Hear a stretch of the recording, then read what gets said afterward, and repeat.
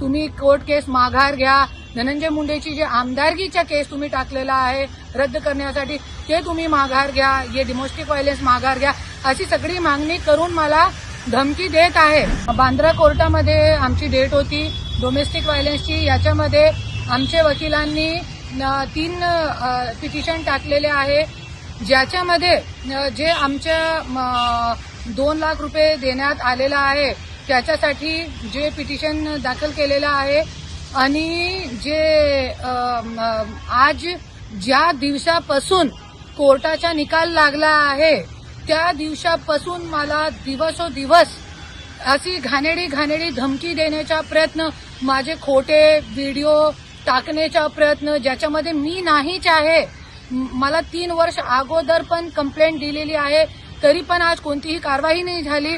आणि आज असे ज्या व्हिडिओमध्ये मी नाही आहे असे व्हिडिओ टाकून माझी बदनामी करण्याचा प्रयत्न आणि मी माझे अंघोळ करताना व्हिडिओ टाकण्याचा मला धमकी, माझी मुलगीला उचलून घेऊन जाणार आहे त्यांचे गुंडे, असा मला धमकी व्हॉट्सअपवर देण्यात दर दिवशी हे लोक करत आहे। तुम्ही कोर्ट केस माघार घ्या, धनंजय मुंडेची जे आमदारकीचा केस तुम्ही टाकलेला आहे रद्द करण्यासाठी ते तुम्ही माघार घ्या, हे डोमेस्टिक व्हायलन्स माघार घ्या, अशी सगळी मागणी करून मला धमकी देत आहे। त्याच्यासाठी निवेदन टाकलेलं आहे, पिटिशन टाकलेलं आहे।